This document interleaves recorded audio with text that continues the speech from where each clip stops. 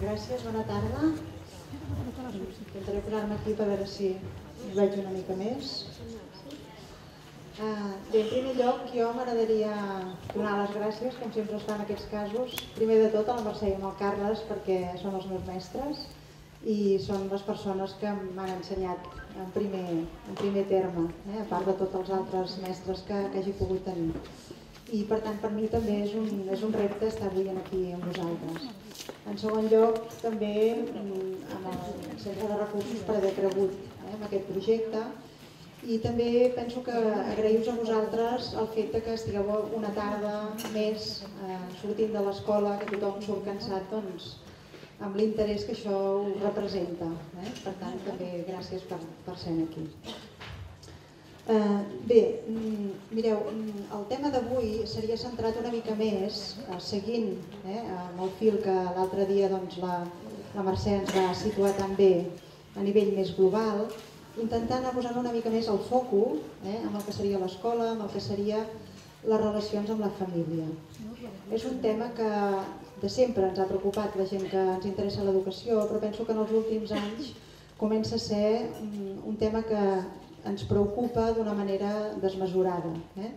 Desmesurada perquè hi ha una inquietud de no trobar maneres per poder entendre què és el que ens està passant. No només a les famílies, sinó també a l'escola, a l'educació i a la societat en general. Per tant, una mica el tema d'avui jo l'havia titulat així, família i escola, tots junts per educar les noves generacions. M'agradava començar amb aquesta diapositiva per veure una miqueta que el fet que parlem de pedagogia sistèmica no és un bolet, no és un tipus de pedagogia que hagi sortit del no-res, sinó que estem emmarcats, com bé ens deia l'altre dia la Mercè, dintre d'un moviment que va molt més enllà de la pedagogia i que de fet la pedagogia ho ha com adoptat, però van començar ja fa molt de temps teories com la de la complexitat, com la del caos, com tot el tema de l'ecologia, parteix molt d'aquesta visió de la interrelació entre els elements que formen part d'un mateix sistema, de la física quàntica, de la qual estem bevent també molt, però també d'altres teories, com ara la teoria de la comunicació, tot el que ens ha aportat d'informació sobre la importància de tot el que és el llenguatge no verbal. Aquesta informació que ens va arribar de que un 80% de la informació que rebem ens arriba més pel que no pel que diguem, sinó pel com ho diguem, per tot el que seria l'entonació, el tipus el timbre, la gestualitat, etc. Són informacions que a l'escola ens han estat a molt servei i per tant també van una mica en aquesta línia.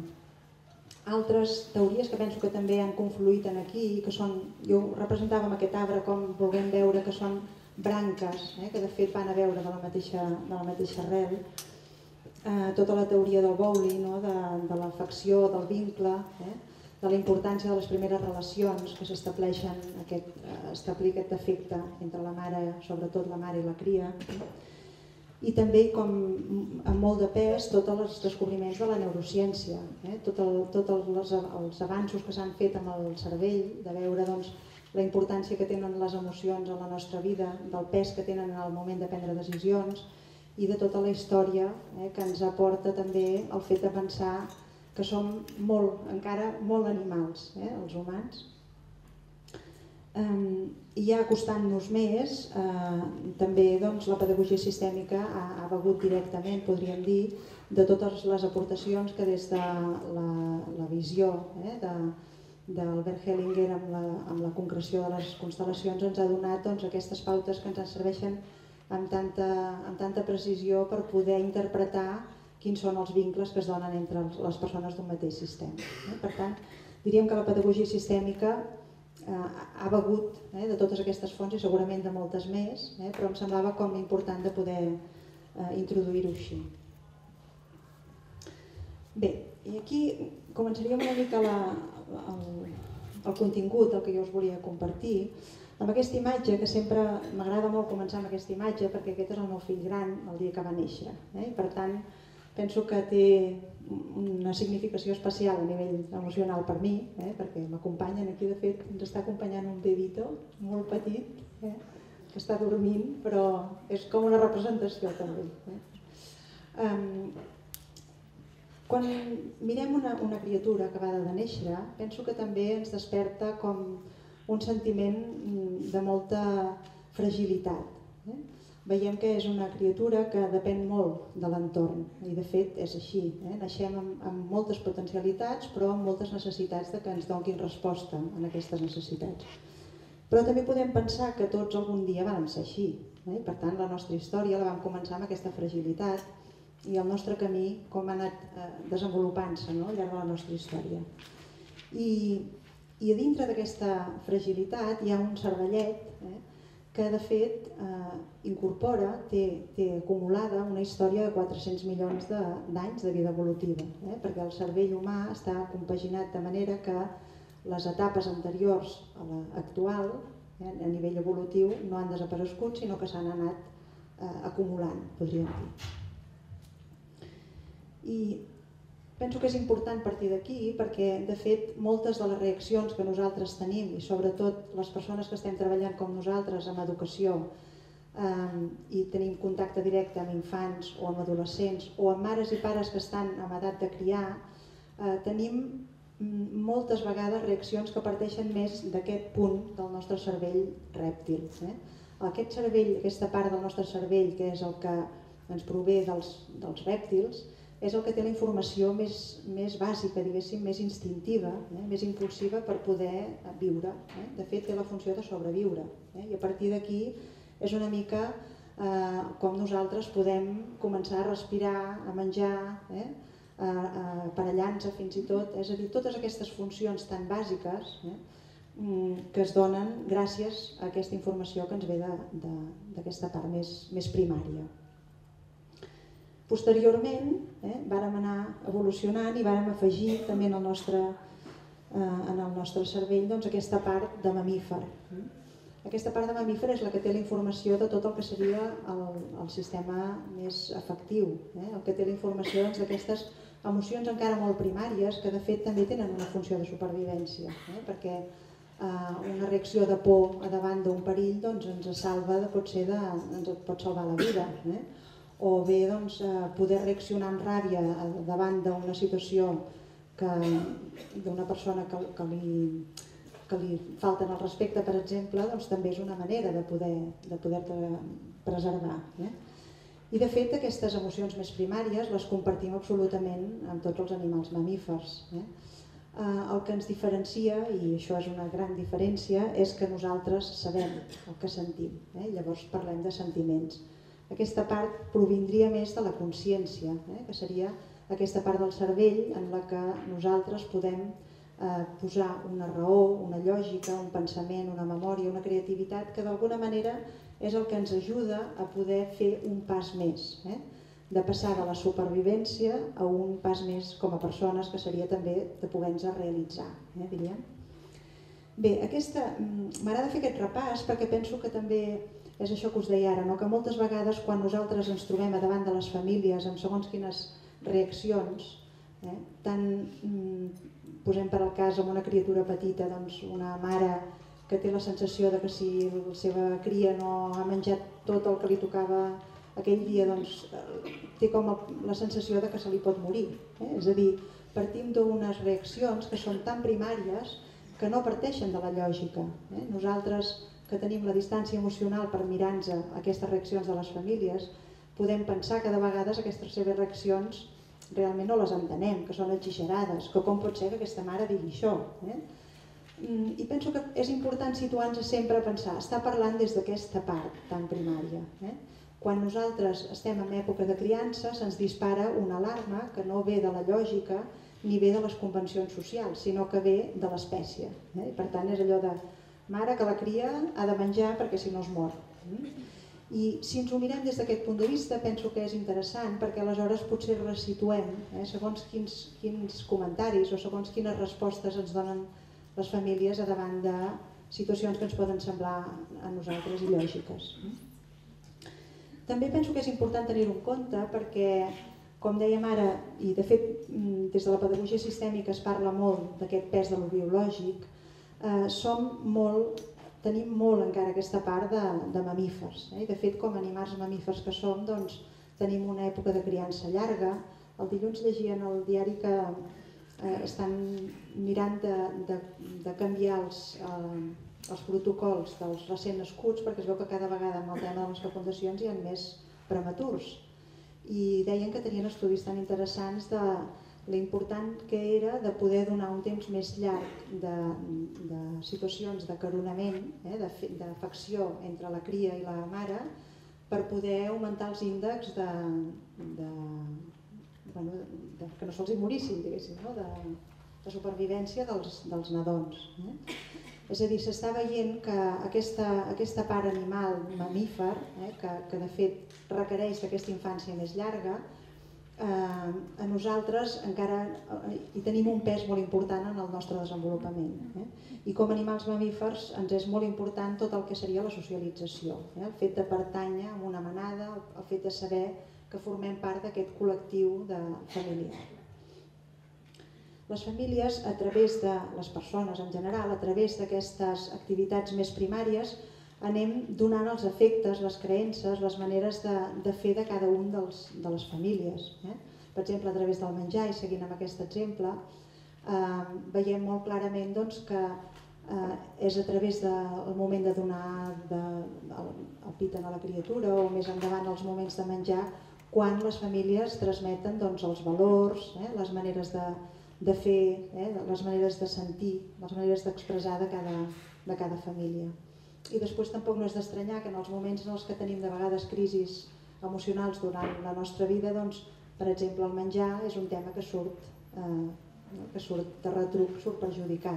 Veiem que tenim infants amb obesitat o amb anorèxies, o fins i tot nens que fan regressions a l'hora de menjar, etc. Per tant, diguéssim que les persones anem evolucionant i anem fent una relació directa amb tot el que serien aquestes funcions tan vitals, amb tot el que seria el nostre món emocional, de creences, etc. I veiem que, de fet, totes les persones, siguem de la condició que siguem, visquem on visquem, siguem de la cultura que siguem i hàgim nascut en el lloc que hàgim nascut, tenim les mateixes d'emocions. Tenim una base comuna, el que ens diferencia molt seria les maneres d'expressar, la manera de poder compartir allò que sentim. I això dependrà sobretot de la família i principalment, i és on ens intentarem introduir una miqueta més avui, però també dels contextes, sobretot l'escolar, el del barri, ciutat, i també i molt tot el que seria totes les maneres de funcionar a nivell emocional i a nivell de convivència de la cultura on has nascut. Per tant, diríem que, com diu el Maturana molt bé, els humans som de fet animals que depenem de l'amor. Necessitem sentir que les persones que tenim a la vora ens estimen i ens volen. I de fet moltes de les circumstàncies diàries en les que ens trobem és una mica poder posar en comunicació, en diàleg, de vegades en lluita, el que sentim amb el que pensem i amb el que acabem fent. Jo dic sempre que moltes vegades ens passa a la gent que treballem en educació que igual hem parlat amb una família i veiem molt clar quin seria el pas següent que han de fer. I ens sembla molt senzill dir-los-hi i recordar-los què és el que han de fer, però llavors quan nosaltres, igual amb la mateixa circumstància, arribem a casa nostra i ens canviem el barret i passem a ser mares o pares, doncs aquella cosa que veiem tan clara i que ens hem proposat de fer és exactament el contrari del que acabem fent. I això és tan clar i tan planer amb el sentit de veure que ens primen molt més totes aquestes càrregues que ens provenen de tan lluny, de generacions anteriors i fins i tot d'aquesta informació d'espècie, que no del que nosaltres pretenem fer en cada un dels moments. I de fet en els moments en els que som capaços de lligar, de poder fer coherent el que sentim que necessitem amb el que pensem que hem de fer i el que acabem fent, diguem, ai, que bé, avui estic satisfet, sembla que les coses em van bé. De fet, nosaltres, quan parlem dels sistemes i anem veient en cada un dels sistemes que nosaltres formem part, ens donem compte també de dues coses que poden semblar contradictòries. Per un costat, el fet de pensar, doncs, jo formo part d'un sistema que és el meu familiar en primer lloc, però també doncs, aquesta família forma part d'una família més àmplia, formo part d'una escola, formo part d'un sistema educatiu, formo part d'un país. És a dir, podem anar en cada un dels nostres àmbits de vida, podem anar des de lo més micro, podem anar ampliant el zoom i veure tots els llocs on estem vinculats, on estem lligats. I aquesta visió penso que ens dona com dos paràmetres, us deia. No? Per un costat ens fa veure lo petits que som. De fet, la poca capacitat de maniobra que podem sentir de vegades que tenim per poder modificar les coses. Perquè, de fet, nosaltres podem pensar que podem modificar alguna de les coses que tenim, que volem fer aquest any, per exemple, en el projecte de l'escola, però veiem que topem per aquí, topem per allà. O sigui, ens veiem tantes vegades com acotats amb la nostra capacitat de poder fer. Però també aquesta informació d'aquesta mirada sistèmica ens dona una altra visió, que seria el veure la repercussió tan gran que té cada petit dels canvis que pots fer. Precisament també pots mirar, doncs, encara que sigui un petit canvi que es facin aquí, com que el que ens informa aquesta manera de veure la realitat és que cada un dels elements que formen part d'aquest sistema està engranat amb els altres, si canvia un, fa que els altres també hagin de modificar-se. I per tant, això és l'efecte papallona que diuen. És com aquestes ones concèntriques que qualsevol petita modificació que nosaltres fem sabem que tindrà una repercussió a llarg termini.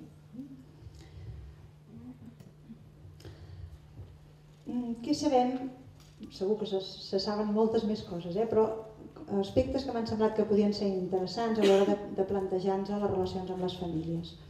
Un sistema, un conjunt en aquest cas parlem de persones, però també tindria la mateixa configuració qualsevol sistema, té dos elements que són claus, que ens donen molta informació. Un seria el que en diguem l'estructura.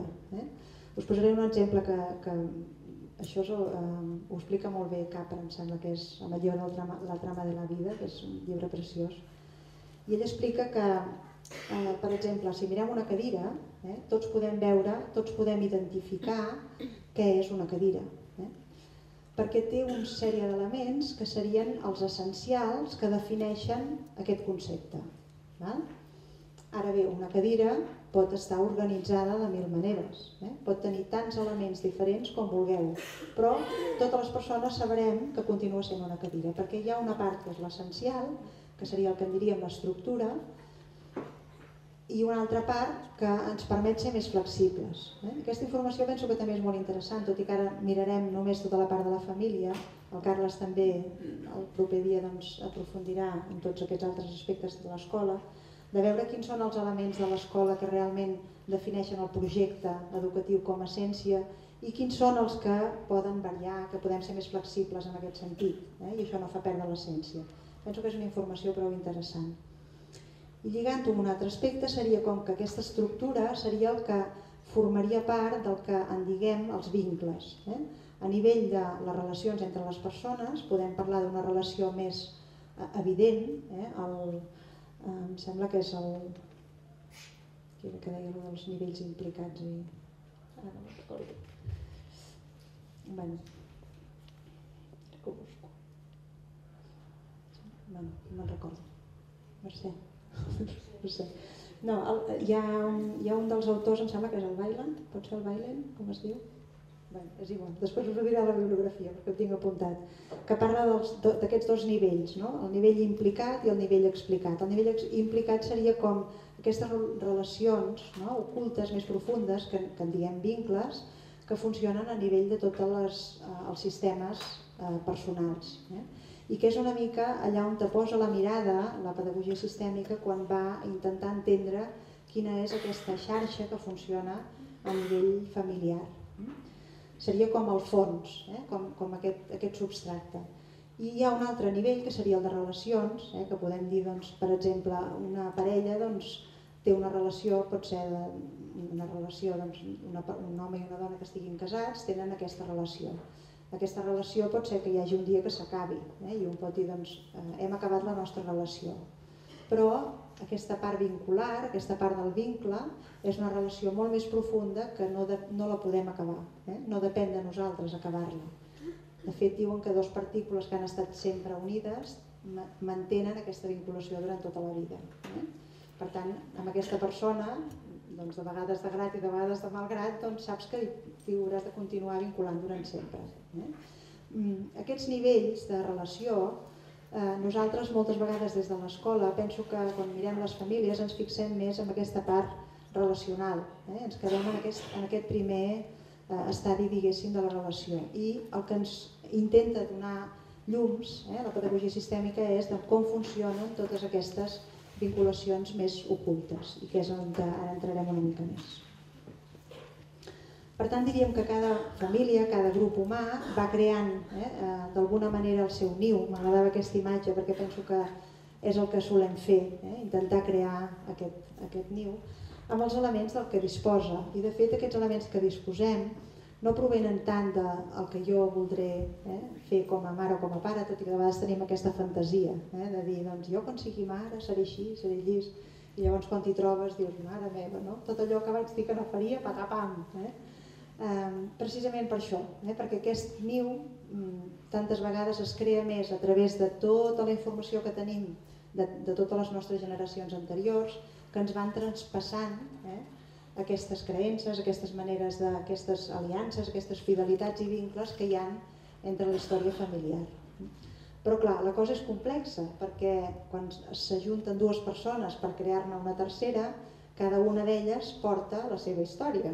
I aquí ve això que diuen, que no et cases amb aquella persona sinó amb tota la seva família. I per tant, la complexitat moltes vegades està més en com lligues les creences i maneres de fer d'una família i de l'altra, i també pots deslliurar-te segons com d'aquest pes per poder crear la teva pròpia. I aquí està una mica el repte. Això també ho llegia un dia, que els motius de divorci es veu que estadísticament és escandalós, que són molt més no tant per la relació de la parella, sinó per l'acceptació de les famílies mútues. Bé, un breu repàs, perquè això ho va parlar molt bé la Mercè, de quins són aquests elements que ens serveixen a nosaltres per poder posar aquest zoom en aquesta part dels vincles, que serien les lleis naturals que el Hellinger ha pogut destriar, que funcionen en els grups humans. El primer seria la pertinença, com ja vam dir, i referit a la família serà important com tenim en compte totes les persones que han estat o que van estar formant part d'aquest context familiar. I en aquest cas penso que també ens és molt interessant saber informacions que també han anat sabent a mesura que han anat investigant en aquest camp, d'exclusions, volem dir, fins i tot el poder pensar el pes que ha tingut en la nostra història com a persones adultes, les primeres parelles amoroses que hem tingut, que en tenen molta, i en canvi nosaltres podem pensar que això ja va acabar, per tant això ja no forma part de la nostra història. Doncs no, els vincles es mantenen, i per tant com donem un espai, sort que tenim un cor molt gran, i podem anar afegint totes aquestes vinculacions que ens va servint la vida. També en situacions de poder escollir fins i tot persones que canvien de país, tot el que serien la pertinença en les arrels, en els països d'origen, com podem incloure que una persona pot sentir-se del Marroc i es pot sentir també catalana, com podem pensar en una situació, per exemple, d'una família reconstituïda, que hi pot haver-hi lloc per al pare i la mare i també per les parelles que vinguin després, sense que un hagi de substituir l'altre, sense que ningú es quedi fora. O, per exemple, en les situacions d'adopcions, com pot una mare i un pare adoptius deixar també espai en el seu cor per als pares biològics d'aquella criatura, etc. Podem pensar en totes les modalitats de famílies que sabem, com podem anar mirant a veure si realment hi ha un espai per cadascú, que cadascú tingui el seu lloc. Perquè sabem que si no és així, aquesta exclusió comportarà problemes per tot el sistema. El segon ordre era el que també vam comentar l'altre dia a la Mercè, que era sobre els rols, les jerarquies. Com podem mirar si cadascú està ocupant el seu lloc, o també podem veure en tantes famílies que tenim al voltant, doncs, com de vegades hi ha mares que han de deixar, per exemple, moltes hores els seus infants i se n'ocupen més les àvies, com es poden sentir, no? Fora de lloc una mare, per exemple, desplaçada per l'àvia, o de vegades també a l'escola. Això ha passat sobretot als que treballem amb infants més petits, no? De mestres que potser amb aquest afany que tenen aquesta necessitat que tenen els pares de reconfirmar, no? Si ho estan fent bé. Hi ha mestres que acaben agafant més protagonisme que els pares. L'altre dia estava a Castelldefels i em deia una mestra que de vegades s'havien trobat amb la situació de que hi havia mares que els demanaven tant que ells passessin al davant, que li havia dit una mare que quan estava al vespre a casa, si no es volia menjar la sopa, deia: mira que truco a l'Eli, O sigui, fent-los una mica com... I clar, a quin punt hem arribat realment de buscar l'autoritat. Abans passava potser amb els homes que deien: mira que vindrà el pare, i ara és mira que vindrà la mestra. O sigui, com aquestes informacions ens poden fer veure fins a quin punt ens estem confonent els rols, i que això, encara que ells ens ho demanin perquè en tenen necessitat, acaba portant problemes també a nosaltres, amb ells i en els infants. O sigui, que veure com podem reconduir. I el tercer seria l'equilibri entre el donar i el rebre. És a dir, en les situacions en les que hi ha una situació d'equilibri en quant a simetria, entre dos adults, entre les dues persones de la mateixa parella, entre els pares i els mestres a l'escola, etc., doncs hem de buscar que sempre hi hagi aquest equilibri, perquè si no realment es comencen a generar aquella llista dels deures, un sempre sembla que li deu més a l'altre i això acaba desequilibrant la relació. En canvi, en situacions asimètriques, com és la dels pares i els fills, doncs els pares són els que donen, els fills són els que reben. No vol dir que no rebem dels fills rebem molt, però no és el que hem d'esperar. En tot cas, això ve de més a més. Bé, això és un breu repàs que em semblava que feia falta de poder-ho comentar. I entrem una mica en tot el que serien els models familiars. Bé, aquí passaria una mica això que dèiem, que quan dues persones s'ajunten, al principi es desconeixen, tenen una mica aquesta sensació de no conèixer tot el que aquesta persona porta al darrere, i amb el que també ens hi haurem d'anar trobant. I de fet s'han anat configurant tantes, deia l'altre dia la Mercè, 68 tipus de famílies diferents, que de fet el que tenen diferent és la manera en com s'organitzen, però diguéssim que les estructures que dèiem abans hauríem de veure quines són els eixos que formen part de cada una de les estructures d'aquestes famílies. Està clar que la família no està passant de moda, sinó que se n'estan creant moltes. El que passa que se'ns estan canviant els models, perquè nosaltres com a animals mamífers, insisteixo, necessitem formar part de la manada i això ens és absolutament imprescindible. Estructures n'hi ha tantes, podem parlar de famílies reconstituïdes des d'un punt de vista de la pedagogia. Un altre aspecte, per exemple, tot el tema de les separacions. També és veure des d'aquest punt de vista com podem deslliurar en els infants del pes que representa el fet que els pares se separen, donant-los la imatge que com a pares estaran sempre junts. Se separen com a persones, se separen com a adults, en tot cas el tema de la seva separació és una qüestió d'adults, però que com a fills sempre els tindran units. I aquesta seria una miqueta com el missatge que creiem que és el que pot donar la solució. En quant a famílies adoptants, també, això que comentàvem ara, que moltes vegades veiem que el conflicte està més en poder assumir les persones que han fet aquesta opció d'adoptar una criatura, de poder mantenir igualment el lloc en cada un dels membres d'aquesta família. I cada un dels membres d'aquesta família, per aquest infant també vol dir un pare i una mare biològics. Això és la biologia, que és així, és de calaix, no és discutible, no és opinable. L'altra cosa és com cada persona troba estratègies per poder-ho col·locar. Jo una vegada vaig estar fent un grup d'orientació a famílies adoptants a l'escola i me'n recordo que era molt maco veure com cada una de les famílies havien trobat les seves estratègies, no? Per poder col·locar els pares biològics. I hi havia el cas d'un nen que tenia sempre el conflicte des que havia arribat a l'escola, que quan feien la rotllana doncs ell tapava la boca als altres, o sigui no els deixava parlar, quan els tenia al costat els hi tapava la boca. I bueno, quan vàrem estar fent aquest grup, jo vaig entendre de seguida el que passava, no? Aquesta mare va explicar, ella molt convençuda a més, no? Això que dèiem que una cosa és la raó i l'altra és el que un és capaç de pair, no? Que sí, que ells ja li havien explicat al nen que ell venia d'una altra panxa, que de fet ell havia sortit d'una altra panxa, no d'una altra persona, no d'una altra mare, sinó d'una panxa, o sigui una panxa que no hi havia darrere, la mare era ella, o sigui, fixeu-vos que són estratègies que no són jutjables perquè és realment la manera en com un pot fer aquest procés, però realment l'infant sí que tenia la sensació de que hi havia coses que no podia dir, que no podia permetre's expressar segons què. Bé, etc. De tipus de famílies en podem trobar moltes i penso que amb aquests paràmetres és qüestió d'anar veient com podem donar resposta, més que res des d'aquest punt de vista de no jutjar, sinó d'intentar entendre què és el que passa.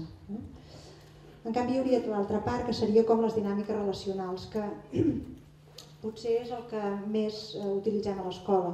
Parlem de famílies permissives, de famílies més intermitents, de famílies més autoritàries, de famílies delegants. Podem trobar moltes modalitats de famílies, però parlem més de les relacions que s'estableixen entre ells, que són les que es veuen.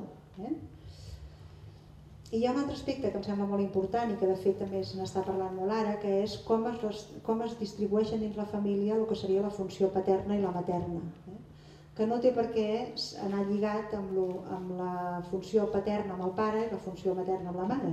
Pot ser que hi hagi en situacions, per exemple, de parelles homosexuals, com es reparteixen aquests papers, o pot ser també dintre d'una parella heterosexual, però que la mare tingui un paper més paternal i el pare més maternal. És a dir, el que es veu molt important és que hi hagin les dues funcions i que quedi clar qui fa quina, perquè de vegades el que ens passa és que això crea una confusió que llavors no se sap molt bé qui fa què. Llavors segurament queden coses per fer, diguéssim. Bé, un altre aspecte que em sembla important i que també va molt relacionat això en el moment en el que nosaltres ens proposem o ens trobem de vegades amb el fet de ser pare o de ser mare, és tot el tema de les expectatives.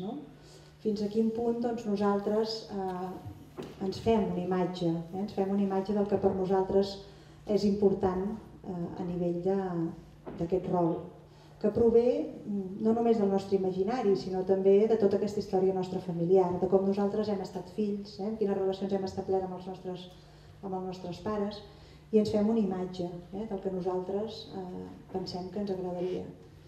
És evident que com més diferent és el resultat, la personeta que ens arriba també amb el seu codi, arriba amb les seves...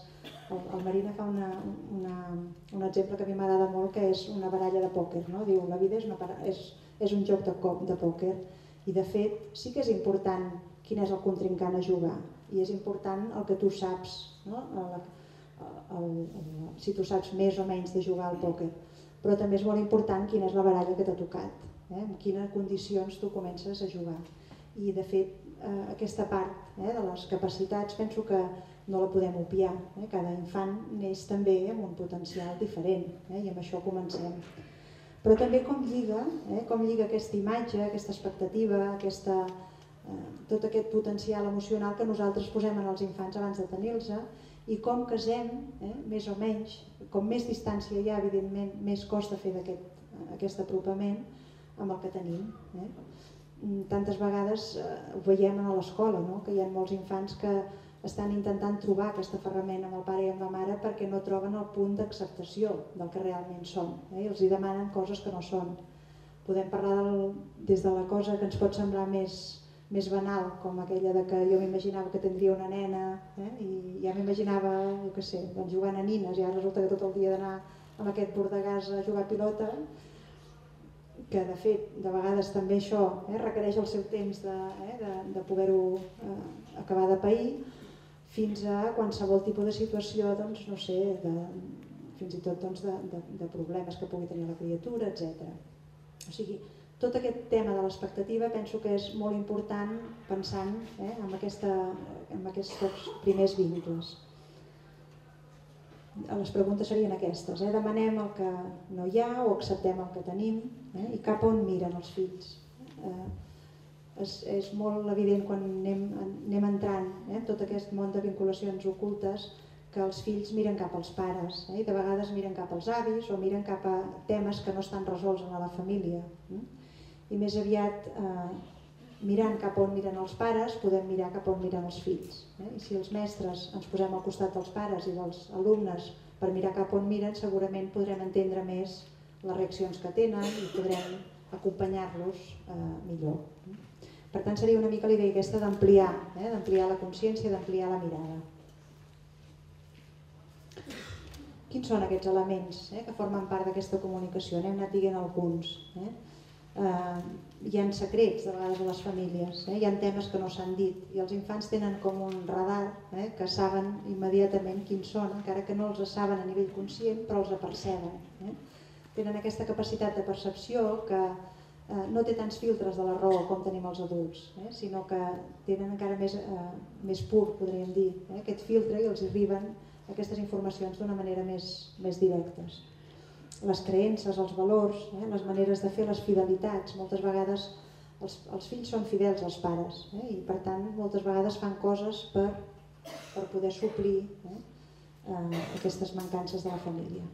Els mites també, aquestes interpretacions de vegades subjectives que es fan a dintre d'un mateix àmbit familiar i que només s'entenen entre ells, perquè són realment aquestes interpretacions més imaginatives, diguéssim. Això avui en dia hem vist que és impossible, que tots els factors que ens trobem, totes les circumstàncies són multifactorials i per tant no depèn d'una sola raó. I per tant intentem anar més al per a què. Per què serveix? Per què li serveix a aquest infant fer aquest tipus de resposta? Per què manté aquesta actitud que li està portant molts problemes? Segurament trobarem més la resposta si busquem el per a què que no si busquem el per què, que no me'n recordo qui ho va dir, però em va fer molta gràcia. Els perquès són com xumets que te calmen però no te solucionen. Vull dir, aquesta és la causa, però i ara no tens la resposta. En canvi, si intentem veure quina és la parcel·la que intenta cobrir aquest infant fent aquesta reacció, doncs potser podem entendre més. Per tant, veuríem des d'aquesta perspectiva els símptomes més com un signe d'alarma que fa servir l'infant per poder-nos fer veure que hi ha alguna cosa que no funciona. Una cosa que no funciona vol dir des d'un desordre a la família, des d'algú que s'ha quedat exclòs, des d'alguna situació d'aquestes que hem comentat anteriorment, i els infants la perceben i fan aquest senyal d'alarma. Parlem nosaltres també d'amor cec, aquests vocabularis que es van creant. Amor cec voldria dir com una persona fa accions per al sistema perquè es mantinguin les coses tal com estan, perquè no exploti, perquè no s'entri en crisi. Els sistemes són molt conservadors, intenten anar-se recompensant, anar buscant estratègies per mantenir-se de manera que no hi hagi una crisi. I per tant, a vegades hi ha persones dintre del sistema que són com els encarregats d'assumir aquest marrón, podríem dir entre cometes, de manera que això es mantingui. I això diríem que ho fa per amor al sistema, per això diguem per amor cec. Són d'aquelles coses que de vegades quan un pensa en un mateix, penso que s'entén més totes aquestes històries quan penses en la teva pròpia història, no? I veus doncs aquella, no sé, per posar un exemple també molt quotidià, de dir per què tota la vida he hagut d'anar a dinar cada diumenge a casa dels pares si voldria haver fet altres coses, però ho he fet perquè a casa nostra és com sagrat, cada diumenge, per dir una cosa molt planera, però com aquestes en podem pensar 50 que els hem anat assumint i que de fet els fem per amor a la família. I n'hi ha que no les tenim ni tan conscients com aquestes, però que funcionen. Per tant, diguéssim que podem mirar quins són aquests símptomes i aquest amorcer, ens fixaríem en quins aspectes, si hi ha desordres, això que dèiem, si hi ha persones que no estan al seu lloc, si hi ha repeticions, això es veu molt clar quan es fan històries familiars, que hi ha històries a les famílies que veus que generació darrere generació es van repetint. Doncs això ens indica que hi ha algun aspecte que no ha estat resolt, que són d'aquests que es van repetint. O bé exclusions, hi ha algú que ha quedat fora. En aquest sentit, aquesta frase, aquesta paraula, que també és un invent de l'Angélica Olvera, que diu hem de ser malibuenos, perquè d'alguna manera per poder trencar amb aquest amor sec ens ha de picar una mica la mala consciència. Si jo deixo d'anar a dinar a casa el diumenge, doncs em sento malament perquè estic fent una cosa que de fet tinc com sagrada que hauria de fer. Però en canvi, fent-ho des d'un punt de vista d'agraïment, però recuperant aquesta teva parcel·la, diguéssim que seria la manera de poder assumir aquesta mala consciència. Entraríem ja fent una mica com de recull, no sé com vaig veure, com esteu, molt cansats? No? Molt bé? Diríem doncs això, des d'aquest punt de vista, a nivell educatiu, no podem pensar més que ni el pensament ni la manera de relacionar-nos entre les persones és lineal, sinó que hem de mirar sempre des d'aquest punt de vista de xarxa. Hem de posar més la mirada, diuen que això penso que és molt maco, posar més la mirada a la solució de les circumstàncies que ens trobem i no quedar-nos tants clavats amb el problema. Un dia estava fent un assessorament a una ciutat i va haver-hi un exemple que jo li vaig dir a aquella noia, dic, me l'agafo per posar-lo d'exemple perquè em sembla fantàstic. Era un grup de mestres d'educació infantil i hi havia una mestra que es veu que tenia un fill que dormia fatal. I allò típica, quan arribes, dius com esteu i tal, i ella diu, jo estic fatal perquè passo les nits sense dormir, no puc més i no puc més. I han fet de tot, en allò típic. Ara, avui ja no podíem més i l'hem posat a dins el llit, l'endemà hem dit s'ha acabat el mètode Estivil, l'altre un mal de consciència el tornem a posar a dintre, i així estem amb aquell ball que ens hi hem trobat tots. I una mare de les que eren més grans, i estàvem ordenats així per generacions, i la que era més gran del grup, molt graciosa, diu, mira, no sé si et servirà, però a nosaltres ens va passar el mateix quan tenia jo el meu fill petit, que ja té 35 anys, no? Diu, però ens va anar molt bé. Diu, no tampoc dormia, diu, i el vam apuntar a taekwondo. I aquella se li va canviar la cara, diu, taekwondo? Diu, sí, i va començar a dormir. Diu, com és possible això, no? Diu, perquè el que li passava és que tenia por. Llavors ell es va anar reforçant això de taekwondo, li va semblar que si venia el monstre doncs li fumaria una patada i es va anar reforçant. El cas és que va poder començar a dormir. Em va semblar que era un exemple molt maco en el sentit que de vegades ens quedem clavats amb el problema, no? El problema és dormir, per tant, trec el nen del llit, el poso al llit, el dormir, el no dormir, el poso a dormir abans, no faci la migdiada, no, és igual, no és el tema del dormir, busquem una solució. De vegades paradoxal, de vegades molt en fora. És com poder-nos separar una mica del problema i poder buscar respostes que vagin més enllà de fixar-nos en altres aspectes. Cada membre del sistema té una funció i el sistema és el que li dona. Quan un arriba a una família i hi ha un fill que és el brillant, que és el sabelotodo, el que ve després, doncs segurament aquest paper no el tindrà. En tindrà un altre, més de destraler, més de... Doncs els pares diuen, mira que els he educat a tots iguals, i en canvi, doncs no, és impossible, perquè amb un s'espera una cosa, de l'altre ja se n'espera una altra, perquè aquest paper ja està ocupat, i això en els claustres ens passa igual, no? Vull dir que cada sistema personal també veiem que cada persona té una funció. I és evident que si com més la funció que et dona el sistema lliga amb la que tu et tens preparat per fer, doncs més fàcil és trobar el teu lloc. Si et diuen que esperen de tu coses que van molt enllà del que tu veus capaç de fer, doncs és molt més difícil trobar el teu lloc. Per tant, sempre haurem de tenir present el context. Això és una màxima.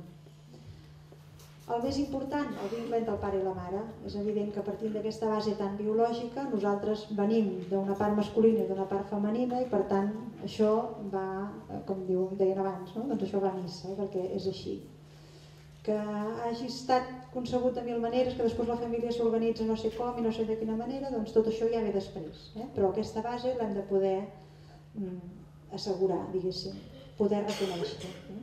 Perquè la força dels fills ens ve de poder reconèixer el que els pares ens han donat i de fet ens han donat el més important de la nostra vida, que és la vida.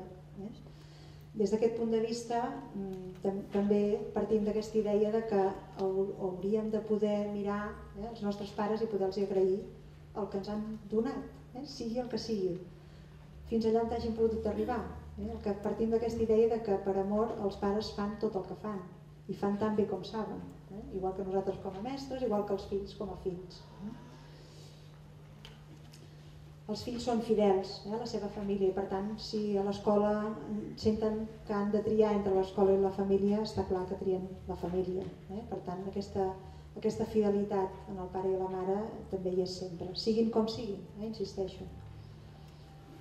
Els sistemes humans es regeneren, tendeixen a buscar aquests reequilibris per poder-se mantenir. Per tant, anar veient en cada moment en el que el sistema canvia, que és constantment, doncs com es van tornant a recol·locar cada una de les persones. Per tant, diguéssim que la realitat, no hi ha una realitat, sinó que n'hi ha tantes com persones s'ho miren. I per això és important poder tenir, sobretot des de l'escola, aquesta mirada una mica perifèrica, una mica distant, per poder veure tot el context i no quedar-nos clavats a mirar què els hi passa a aquest alumne concret, sinó què s'està coent en la seva família. I no donar consells, això ho diguem moltíssim i penso que és de les coses que és una mica el repte que tenim ara, quan ens plantegem les relacions amb les famílies, perquè és veritat que les famílies ens demanen consell, perquè estan en un moment d'una gran baixa autoestima com a pares i com a mares. Quan un pare o una mare ve i et diu què faries en aquesta circumstància o fa això de fer veure que truca per telèfon a la mestra, no us penseu que sigui perquè que fresca que és o que no, sinó és d'una gran impotència, o sigui, quan com a mare arribar a fer això és que realment et sents amb molt pocs recursos, amb la qual cosa no és una situació còmoda, no ens ho podem agafar com una resposta còmoda per part de les famílies, sinó més aviat de molta necessitat. I per tant hem de veure com no continuem donant corda en aquesta roda, com podem acompanyar-los des del punt de vista de veure que el nostre acompanyament serà molt més fructífer si els ajudem d'alguna manera a poder posar la mirada sobre tot aquest sistema, que no tant si nosaltres els donem una solució que de fet serà una solució que la pensarem des del nostre sistema familiar, no des del seu.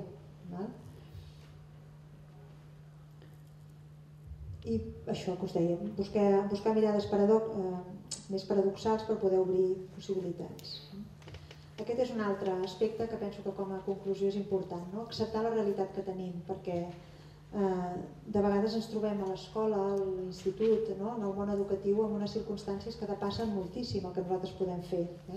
El pes de les famílies és molt gran i per tant poder d'alguna manera entomar el que les famílies porten i veure que hi ha un punt en el que el nostre paper com a professionals acaba i que si el continuo l'únic que faig és complicar perquè llavors em poso en un paper que no em toca, doncs també és un punt d'humilitat, és un punt de dir fins aquí puc arribar i també és una manera de protegir-nos.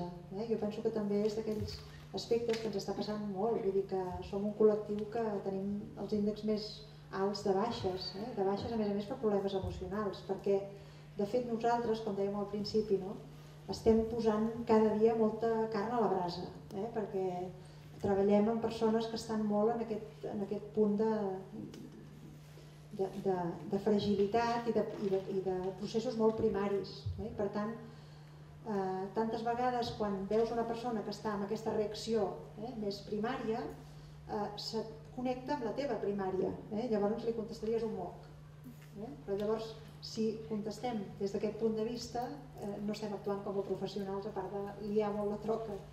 Però el que se'ns requereix com a professionals, penso, en la relació amb les famílies és com podem posar aquesta distància suficient com per poder entendre que ens parlen des d'aquest nivell.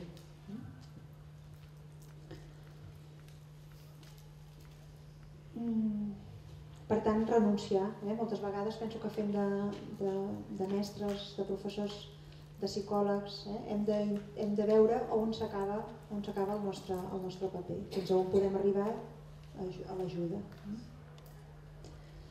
Quines són algunes de les eines que tenim des de la sistèmica per treballar amb famílies? Direm eines sistèmiques, no? Treballem, per exemple, el fotograma, que és a través de fotografies. Si els infants o les famílies porten fotografies a l'escola, mirant una fotografia tenim molta informació de com estan col·locats cada una de les persones d'aquesta família i per tant d'alguna manera podem intuir, pot ser una manera de poder conversar amb la família o amb l'infant sobre aquestes vinculacions que hi ha. No tant per poder agafar uns patrons, de dir això està posat així i per tant és així, sinó si això que nosaltres veiem des de fora, des d'aquesta mirada més distant que dèiem, aquesta informació a la família els hi pot resultar útil, els hi pot resultar interessant.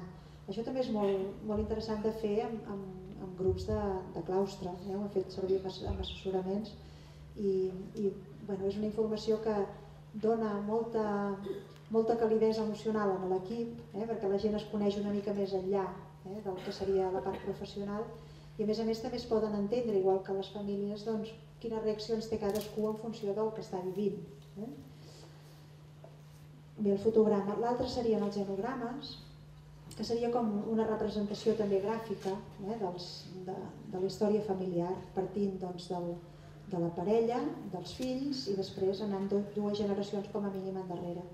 Els genogrames s'hi pot posar tanta informació com un sàpiga o vulgui, des de l'edat de les persones que estan vinculades, el tipus de vinculació que hi ha. Les ratlles es pot marcar si estan separats, si estan junts, si un és adoptat, si hi ha hagut un abort abans, en fi, tanta informació com vulguem. El tipus de vinculació que tenim amb aquesta persona, si és una relació conflictiva o si és agradable, és a dir, ho podem anar complicant tant com vulguem. És una manera de poder igualment veure d'un primer cop d'ull tot el context per poder entrar més en aquestes vinculacions que dèiem. I l'altre serien els moviments sistèmics, que jo he portat aquí alguns, de vegades utilitzem gots, de vegades es poden fer servir en qualsevol tipus de material, en papers, o en fustes, o en clics, o bé en persones. És a dir, seria com podem representar en l'espai una simbolització de les relacions que s'estableixen en aquell context, en aquell moment. Per això diguem que la pedagogia sistèmica es basa molt en el fenomenològic, és a dir, el que es dona en aquest moment concret. I podem veure com es mouen, cap a on mira cada persona, on s'està situada, i d'aquesta manera podem també tenir aquesta distància i podem enfocar d'alguna manera per poder mirar cap a on podríem trobar solucions. Aquesta seria una mica la idea. Això és com obrir cassoletes d'un sopar de tapes. Vull dir que jo us dic els temes també, com que el proper dia hi haurà el Carles i també hi ha gent que ja n'ha fet ha utilitzat aquestes eines, perquè sapigueu algunes de les eines que utilitzen. Aquí us posava una com a exemple que va sortir d'una escola, que es veu fatal, però és que l'he posat perquè ho intentaré explicar-vos-la. Era una mestra que el dia que fèiem de compartir les fotografies de la família, ella ho va portar explicat així com si fos un genograma. I és que va ser curiosíssim, perquè ella tampoc no s'hi havia fixat, però la història seva i la de la seva parella són idèntiques, que aquesta és l'altra, no? O sigui, com trobem una parella que de fet complementa que la nostra família també porta. Llavors ens vam fixar que ells eren, ara no tinc manera d'assenyalar-vos-ho, ells eren aquests d'aquí, o sigui, hi havia aquesta parella, no sé si la veieu, la de...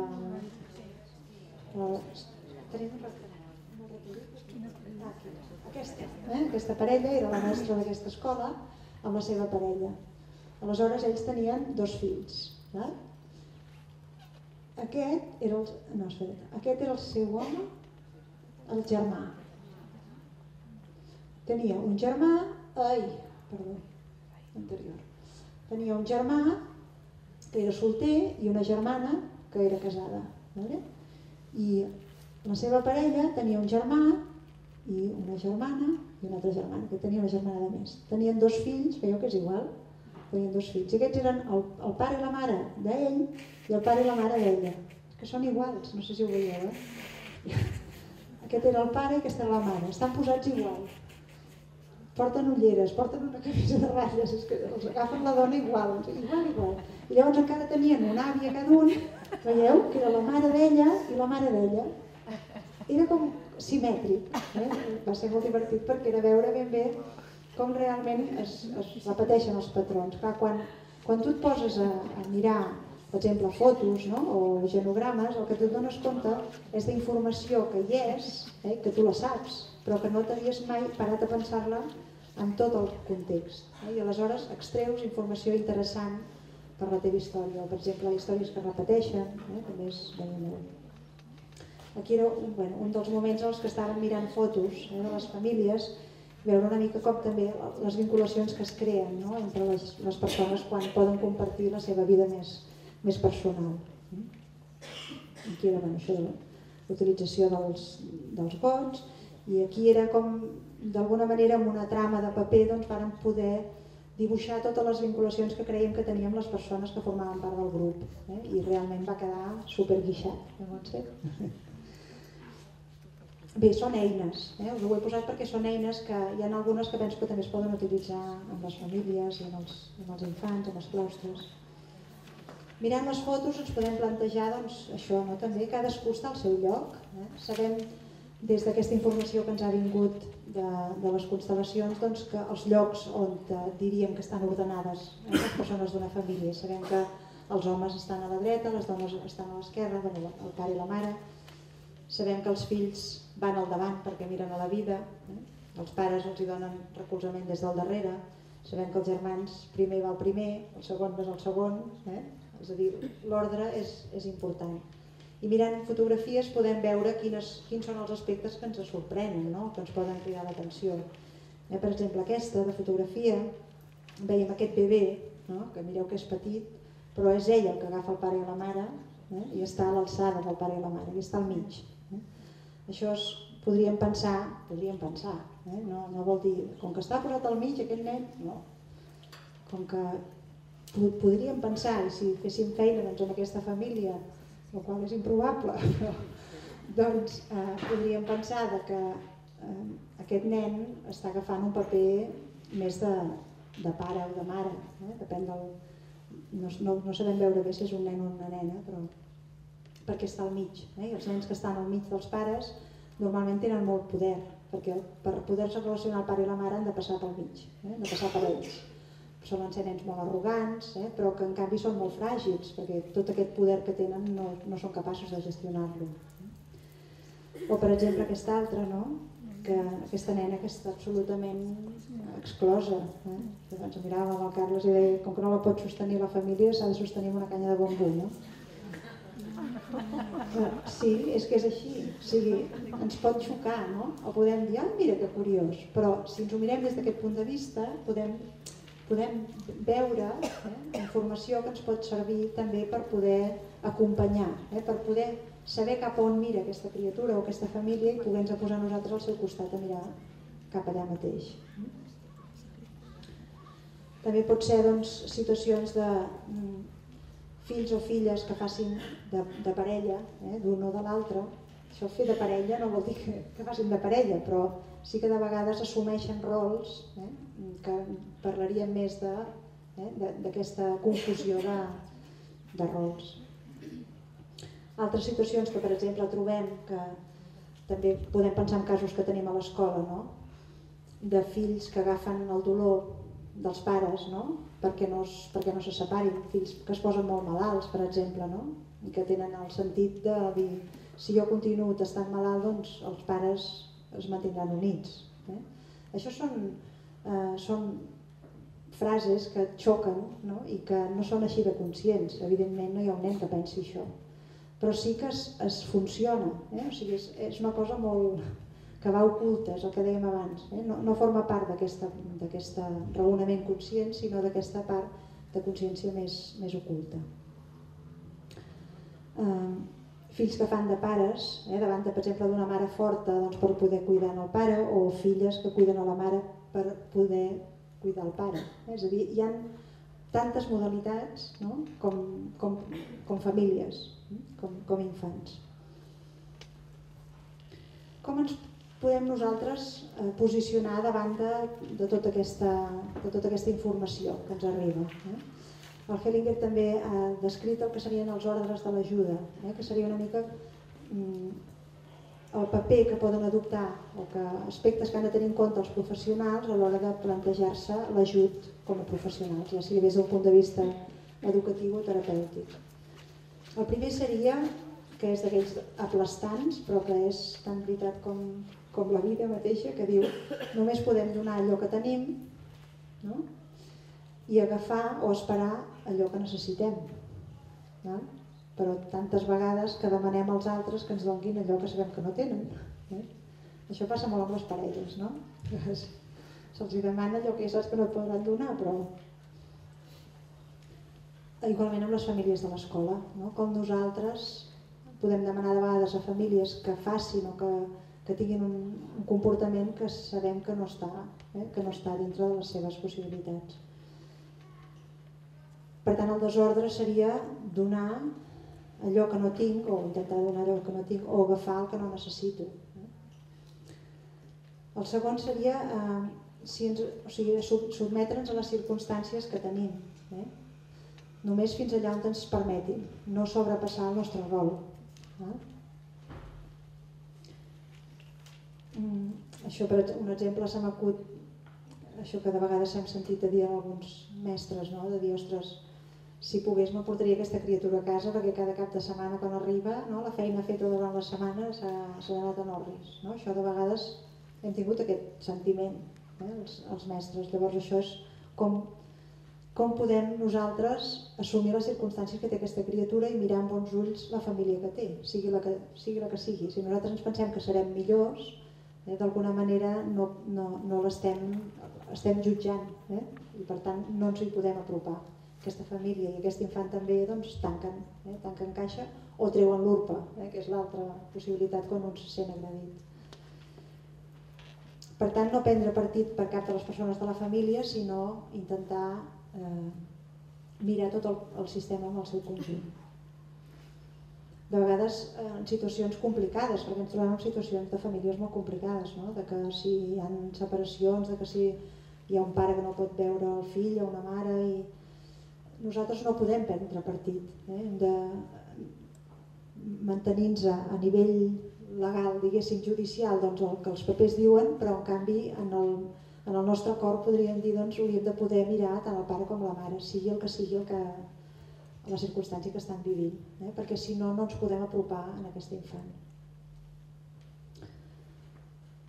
Per tant, i la nostra ajuda seria estar al servei d'aquesta reconciliació, o sigui, com nosaltres podem afavorir que hi hagi aquesta inclusió de totes les persones del sistema familiar en el sistema també escolar i també la mirada d'aquest nen. Ja per últim, quines són les accions? Això és una manera també que de vegades utilitzem i que em sembla que també és molt vàlida, que és el fet de mirar quan fem una acció si ens dona força o ens debilita.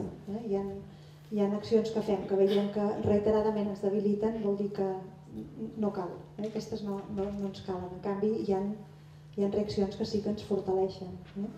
Aquesta imatge que hi ha al fons és una foto que ens va passar la Maria Frank, que és la de reconciliació de dos pares separats. És una mica com la imatge que hem de poder donar als infants que tenen els pares separats.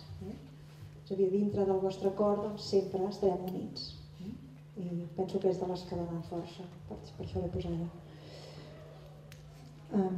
Quines són les accions que ens donarien força? Doncs això, acceptar i reconèixer tots els infants i totes les seves famílies, acceptar el context en el que treballem, perquè a vegades hi ha contextos que realment són difícils de poder acceptar, mantenir aquest principi d'inclusió, també ampliava això a tota la xarxa, que això ho parlarem amb el Carles el proper dia, ampliar nosaltres també aquesta mirada i aquesta sensibilitat sobre les persones que formen part de tots els sistemes familiars i mirar la nostra tasca, mirar quin és el nostre objectiu com a mestres o com a educadors o com a professionals de l'educació respecte a aquell infant, que això no se'ns pot oblidar, i no traspassar responsabilitats que no ens pertoquen.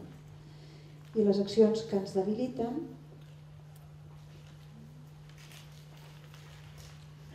algunes seria anticipar-nos, passar per davant de les decisions dels altres, ja sigui de les famílies o dels infants, els sentiments de culpa o de victimisme davant de les relacions amb els altres, sentir-nos superiors o millors, doncs en aquest punt d'arrogància, etiquetar els infants o les famílies pels símptomes que tinguin o deixar-nos portar per aquesta impulsivitat que dèiem.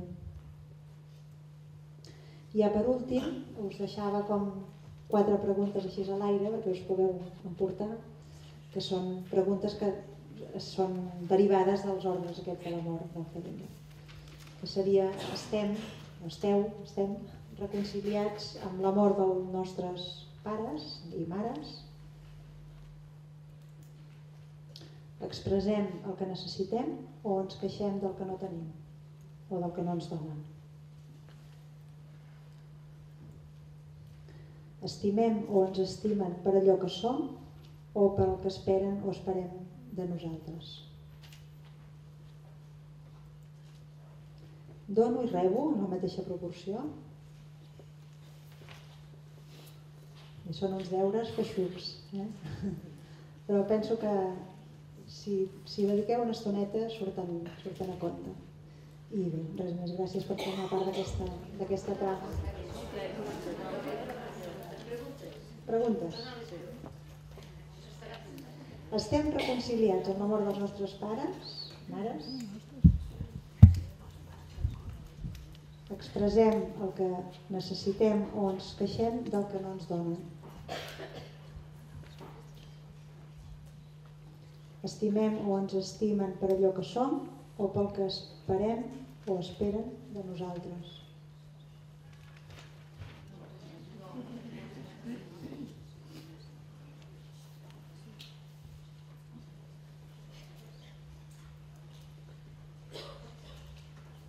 De tota manera, el pobre aquest el penjarem. I els altres, no? Bueno, sí? Ara sí? Ja està, acabava aquí. Donar-vos les gràcies perquè penso que també formeu part d'aquesta trama.